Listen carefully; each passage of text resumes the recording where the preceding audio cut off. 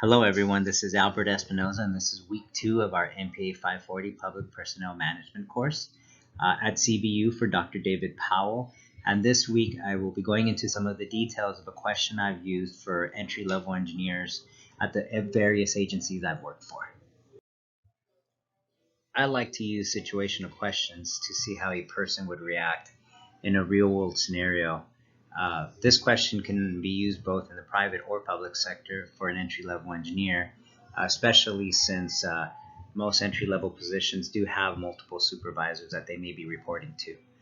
So the question is, you are given 2 assignments by 2 different supervisors. Both tasks are due on the same date, and it is not possible for you to finish both assignments. What do you do in this situation?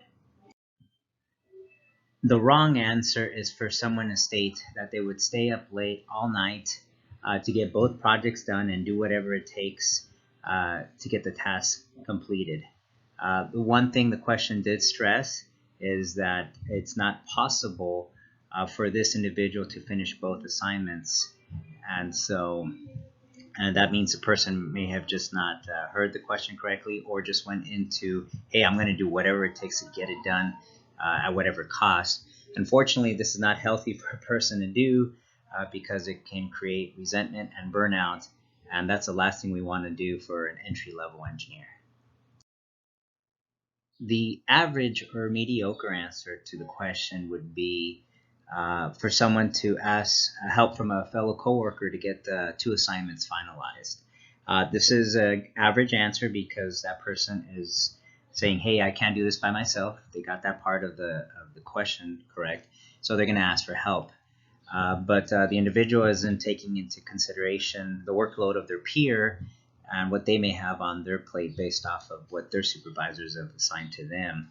And again, this individual does not supervise or dictate what their peers have on their assignment. So their peers may actually get in trouble for helping this individual out instead of getting their work finalized.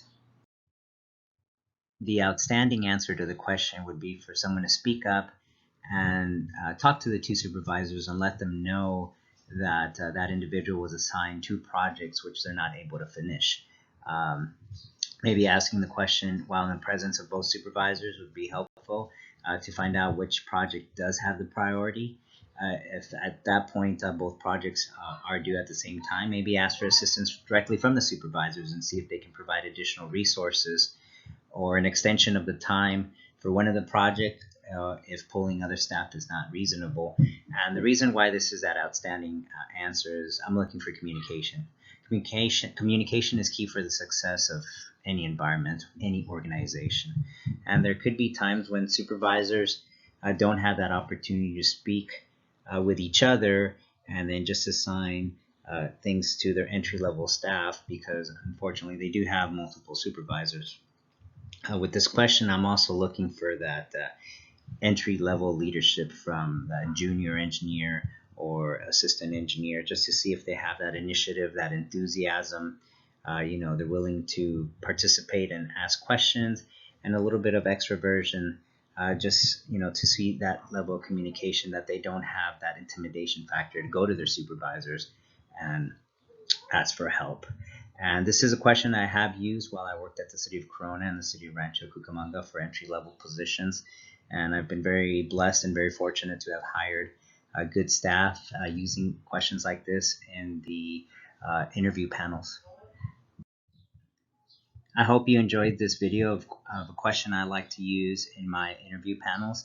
I look forward to your comments, and I can't wait to watch your videos to see what type of questions you like to use in your organization for hiring that right person for your public or private agency. You have a great one, and God bless. Bye.